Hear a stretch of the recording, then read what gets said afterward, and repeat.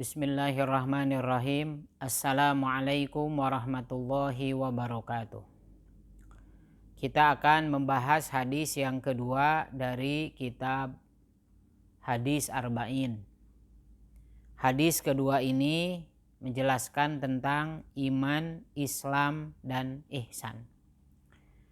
Kita baca hadisnya. An Umar radhiyallahu anhu aidon qala bainama nahnu julusun inda Rasulillah sallallahu alaihi wasallam data yaumin iddola'a alaina rajulun syadidu bayadis siyabi syadidu sawadis sya'ri la yura alaihi asarus safari wa la ya'rifuhu minna ahadun hatta jalasa ilan nabiyyi sallallahu alaihi wasallam fa asnada rukbataihi ila rukbataihi wa wadu'a kaffaihi ala fakhidaihi wa qala ya Muhammad akhbirni anil Islam.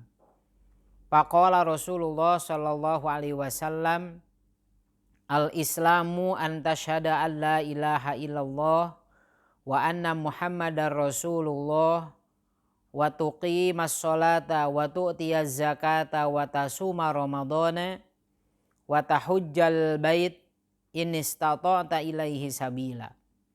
Qala sodaqta. Fa'ajibna lahu yas'aluhu wa yusaddiquhu.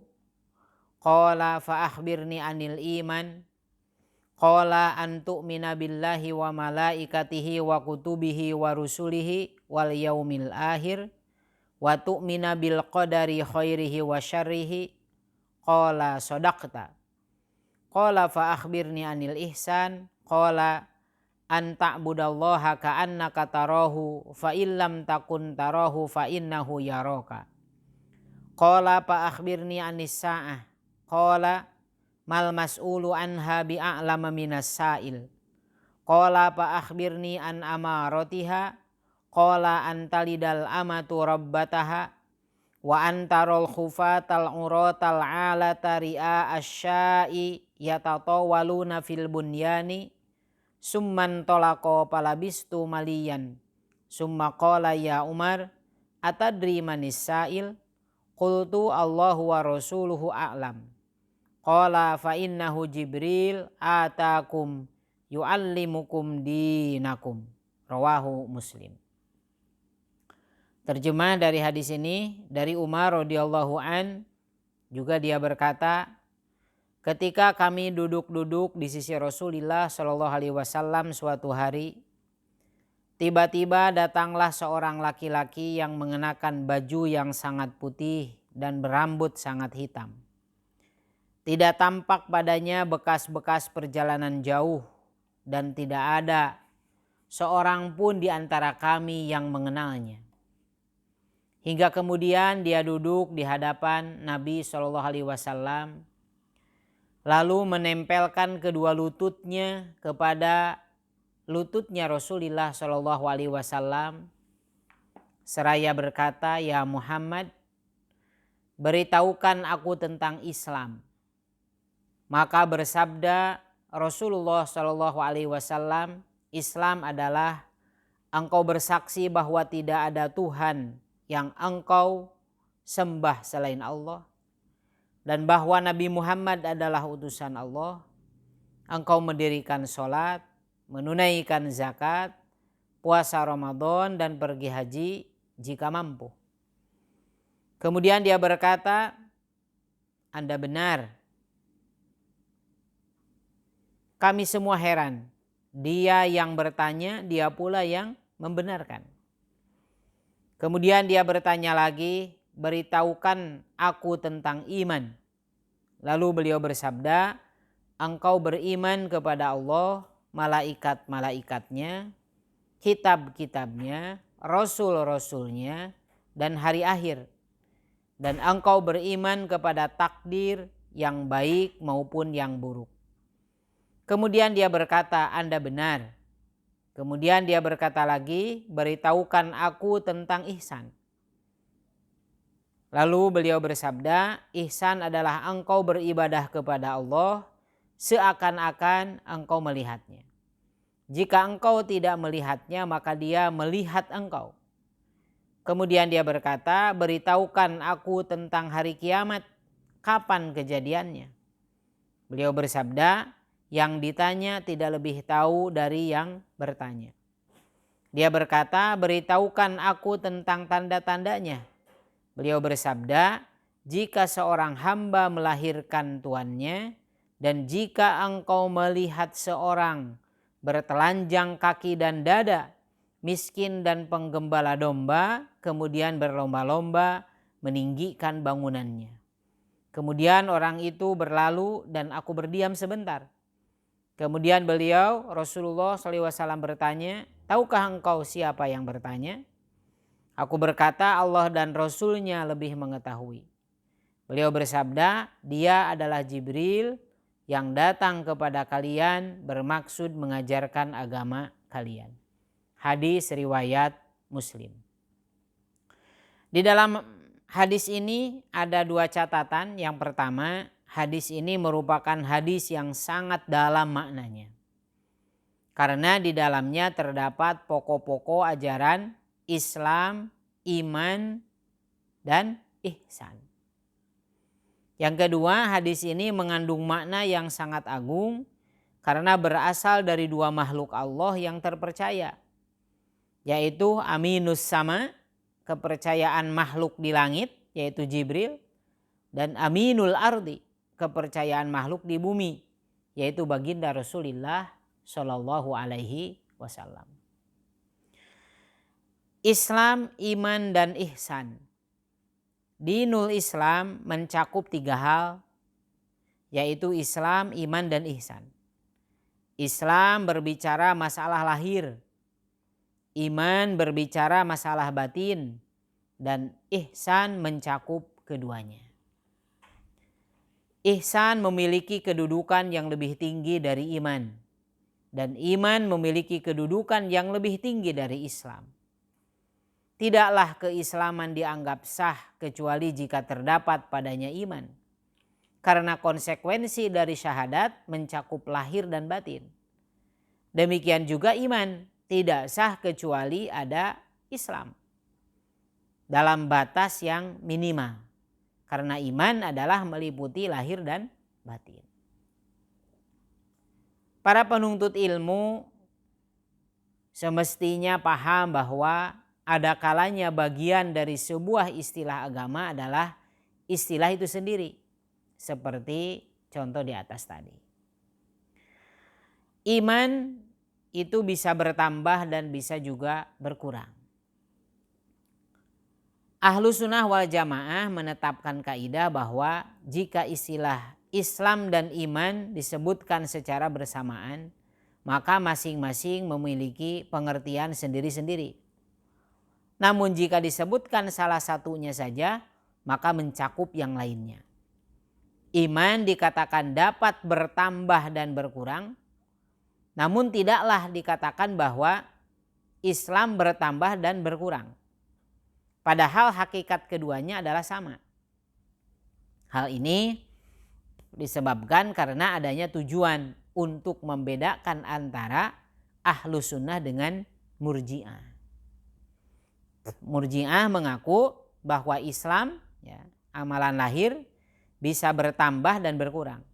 Namun mereka tidak mengakui bisa bertambah dan berkurangnya iman atau amalan batin.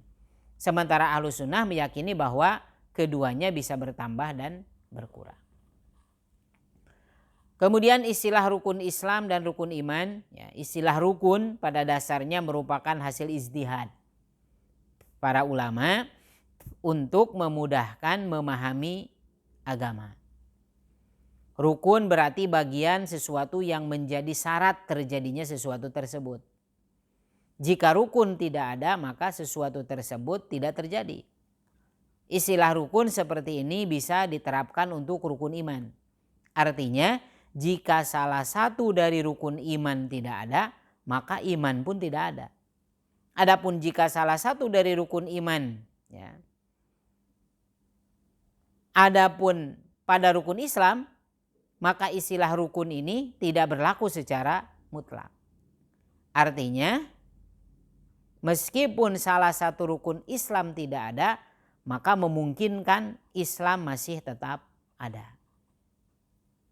Demikianlah semestinya kita memahami agama ini dengan istilah-istilah yang dibuat oleh para ulama. Namun istilah-istilah tersebut tidak boleh sebagai hakim karena tetap harus merujuk kepada ketentuan agama. Sehingga jika ada ketidaksesuaian antara istilah buatan ulama dengan ketentuan agama, maka ketentuan agama lah yang harus kita pegang. Batasan minimal sahnya keimanan, ya, yang pertama iman kepada Allah. Iman kepada Allah sah jika beriman kepada rububiyahnya, uluhiyahnya, dan juga asma dan sifatnya. Kemudian yang kedua iman kepada malaikat. Iman kepada malaikat sah jika beriman bahwa Allah menciptakan makhluk yang bernama malaikat sebagai hamba yang senantiasa taat. Di antara mereka ada yang diperintah untuk mengantar wahyu. Dan juga ada malaikat yang diperintah untuk ibadah yang lainnya. Misalkan malaikat untuk mencatat amal baik, amal jelek, malaikat untuk mencabut nyawa, dan yang lainnya. Kemudian yang ketiga, iman kepada kitab-kitab. Batas minimal sahnya ini, ya, iman kepada kitab-kitab sah jika beriman bahwa Allah telah menurunkan kitab yang merupakan kalamnya kepada sebagian hambanya yang berkedudukan sebagai Rasul. Di antara kitab Allah ya Al-Quran. Dan sebelum Al-Quran sebagaimana kita maklumi ada 3 kitab yang Allah turunkan. Kitab Injil kepada Nabi Isa. Kitab Taurat kepada Nabi Musa. Kitab Jabur kepada Nabi Daud. Kemudian yang keempat, iman kepada para Rasul. Iman kepada para Rasul sah jika beriman bahwa Allah mengutus kepada manusia sebagian hambanya. Mereka mendapatkan wahyu untuk disampaikan kepada manusia. Dan pengutusan Rasul telah ditutup dengan diutusnya Rasulullah Shallallahu Alaihi Wasallam. Karena Rasul itu adalah Nabi terakhir. Khatamul Anbiya. La Nabiya ba'dah, tidak ada lagi Nabi setelah baginda Rasulullah Shallallahu Alaihi Wasallam. Sehingga siapapun kalau ada orang yang ngaku sebagai Nabi, sebagai Rasul setelah baginda Rasulullah Shallallahu Alaihi Wasallam, maka kita wajib untuk tidak percaya. Karena Rasulullah baginda Nabi adalah Nabi terakhir. Kemudian yang kelima, iman kepada hari akhir. Iman kepada hari akhir sah jika beriman bahwa Allah membuat sebuah masa sebagai tempat untuk menghisab manusia. Mereka dibangkitkan dari kubur dan dikembalikan kepadanya untuk mendapatkan balasan kebaikan atas kebaikannya dan balasan kejelekan atas kejelekannya. Yang baik ya mukmin masuk surga dan yang buruk kafir masuk neraka. Ini terjadi di hari akhir tersebut. Kemudian yang keenam, iman kepada takdir. Iman kepada takdir sah jika beriman bahwa Allah telah mengilmui segala sesuatu sebelum terjadinya. Kemudian dia menentukan dengan kehendaknya semua yang akan terjadi setelah itu. Allah menciptakan segala sesuatu yang telah ditentukan sebelumnya. Demikianlah syarat keimanan yang sah, sehingga dengan itu semua seorang berhak untuk dikatakan mukmin. Ya, adapun selebihnya maka tingkat keimanan seseorang berbeda-beda sesuai dengan banyak dan sedikitnya kewajiban yang dia tunaikan terkait dengan hatinya, lisannya, dan anggota badannya. Kemudian tentang takdir, ya ada yang disebut dengan takdir buruk. Ya, buruknya takdir itu ditinjau dari sisi makhluk. Adapun ditinjau dari sang pencipta Allah, ya pencipta takdir, maka semuanya baik. Ya, tidak ada istilah takdir apa? Takdir buruk. Karena apapun yang diciptakan oleh Allah itu semua mengandung hikmah. Kemudian makna ihsan, ya, sebuah amal dikatakan ihsan cukup jika diniati ikhlas karena Allah. Adapun selebihnya adalah kesempurnaan ihsan. Kesempurnaan ihsan meliputi dua keadaan. Yang pertama disebut dengan makom muraqabah, yaitu senantiasa merasa diawasi dan diperhatikan oleh Allah dalam setiap aktivitasnya. Kedudukan yang lebih tinggi. Kemudian yang kedua makom musyahadah, yaitu senantiasa memperhatikan sifat-sifat Allah dan mengaitkan seluruh aktivitasnya dengan sifat-sifat tersebut. Pelajaran yang dapat diambil dari hadis ini, ya, hadis yang kedua ini dari hadis Arba'in. Yang pertama, disunatkan untuk memperhatikan kondisi pakaian, penampilan dan kebersihan, khususnya jika menghadapi ulama, orang-orang mulia dan penguasa. Jadi ketika kita berhadapan dengan orang yang kita hormati, guru-guru kita, para tamu, orang tua, atau siapapun, ya, maka disunatkan kita untuk keadaan kita dengan kondisi yang baik, pakaian yang bersih, ya, kemudian juga penampilan yang menarik dan yang lainnya. Kemudian yang kedua, siapa yang menghadiri majelis ilmu dan menangkap bahwa orang-orang yang hadir butuh untuk mengetahui suatu masalah dan tidak ada seorang pun yang bertanya, maka wajib baginya bertanya tentang hal tersebut meskipun dia mengetahuinya, agar peserta yang hadir dapat mengambil manfaat darinya. Jadi pelajaran dari hadis ini tadi, malaikat ketika bertanya kepada Rasulullah bukan berarti malaikat tidak tahu. Karena Rasul ingin mengajarkan, malaikat ingin mengajarkan kepada para sahabat bahwa seperti itulah iman, seperti itulah Islam, seperti itulah ihsan. Nah kita pun misalkan dalam suatu majelis, ya, ketika kita belajar tentang ilmu, kemudian tidak ada orang yang bertanya, padahal kita tahu bahwa orang itu kurang memahaminya, tapi karena dia malu sehingga dia tidak mau bertanya, maka kita boleh bertanya walaupun kita sudah tahu tujuannya supaya apa? Supaya orang yang malu untuk bertanya dia dapat ilmu, dia bisa mengetahuinya. Kemudian pelajaran ketiga dari hadis ini, jika seseorang yang ditanya tentang sesuatu maka tidak ada celak baginya untuk berkata saya tidak tahu. Dan hal tersebut tidak mengurangi kedudukannya. Jadi kalau kita ditanya dan kita tidak tahu jawabannya, jangan pura-pura tahu, ya bilang saja mohon maaf saya tidak tahu. Mohon maaf saya belum mengetahuinya. Mohon maaf saya belum mempelajarinya. Jangan karena gengsi, ya, kita pura-pura tahu padahal tidak tahu. Karena berbahaya kalau kita menjawab sesuatu yang kita sendiri tidak tahu jawabannya. Ya.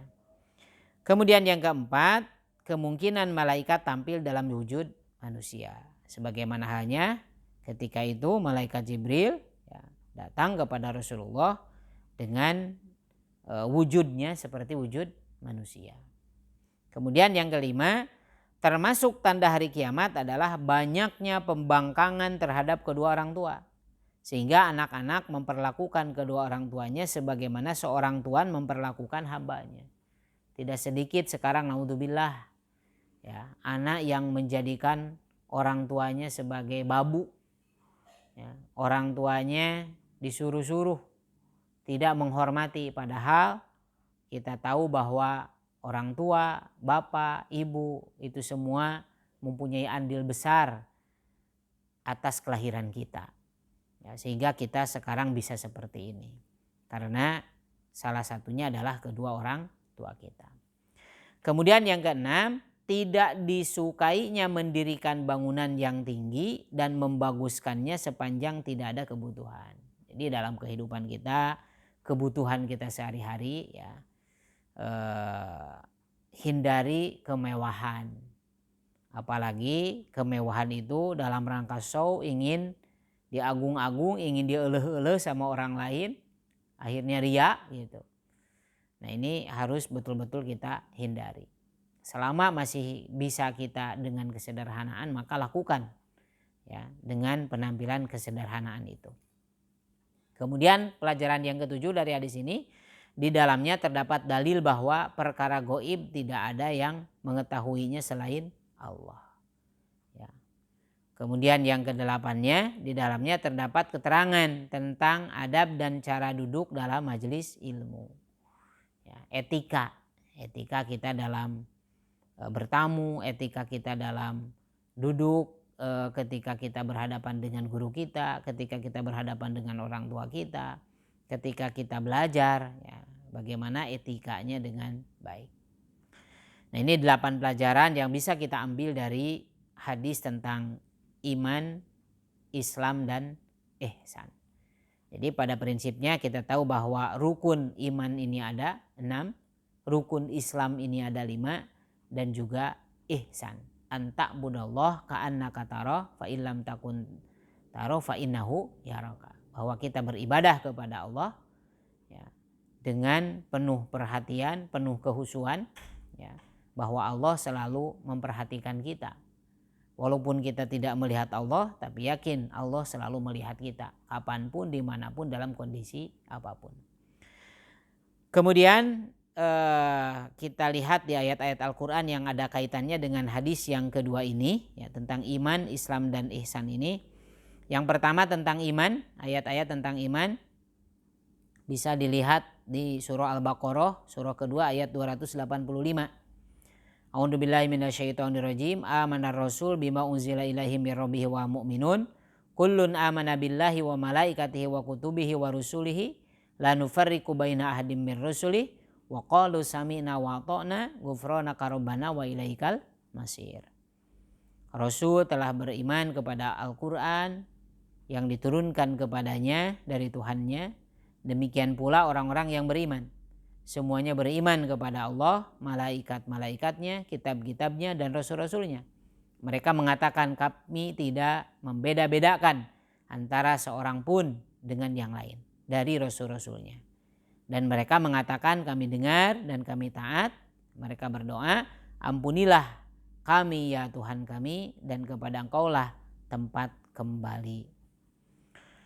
Kemudian juga keduanya tentang Islam. Ya, tentang Islam bisa dilihat di surah Al-Baqarah, surah kedua juga ayat 112. A'udzubillahi minasyaitonirrajim. Bala man aslama wajhahu lillah wa huwa muhsinun falahu ajruhu inda rabbih wala khaufun alaihim walahum yahzanun. Tidak demikian, bahkan barang siapa yang menyerahkan diri kepada Allah sedang ia berbuat kebajikan, maka baginya pahala pada sisi Tuhannya dan tidak ada kekhawatiran terhadap mereka dan tidak pula mereka bersedih hati. Kemudian yang ketiganya tentang ihsan. Ya, tentang ihsan ini bisa dilihat salah satunya di surah Al-Kahfi, surah ke-18 ayat 30. A'udzubillahi minasyaitonirrajim. Innalladzina amanu wa amilus solihati innala nudi'u ajroman ahsana amala. Sesungguhnya mereka yang beriman dan beramal soleh, tentulah kami tidak akan menyia-nyiakan pahala orang-orang yang mengerjakan amalnya dengan yang baik. Kemudian yang keempatnya tentang hari akhir.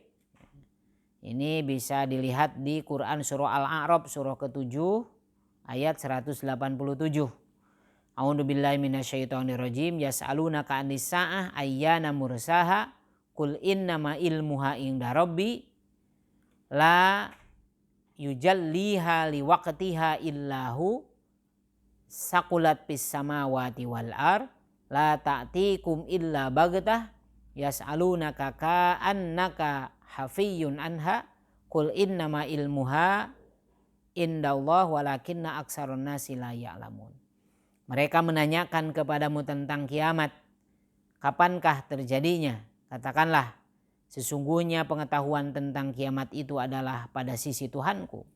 Tidak seorang pun yang dapat menjelaskan waktu kedatangannya selain Dia. Kiamat itu amat berat, huru-haranya bagi makhluk. yang di langit dan yang di bumi. Kiamat itu tidak akan datang kepadamu melainkan dengan tiba-tiba. Mereka bertanya kepadamu seakan-akan kamu benar-benar mengetahuinya. Katakanlah sesungguhnya pengetahuan tentang hari kiamat adalah di sisi Allah. Tetapi kebanyakan manusia tidak mengetahuinya. Kemudian yang kelima tentang ilmu gaib. Di surah Al-Baqarah surah kedua ayat 3. A'udzubillahi minasyaitonirrajim. Alladzina yu'minuna bil ghaib wa yuqimunas shalah wa mimma razaqnahum yunfikun. Yaitu mereka yang beriman kepada yang gaib, yang mendirikan sholat dan menafkahkan sebagian rizki yang kami anugerahkan kepada mereka.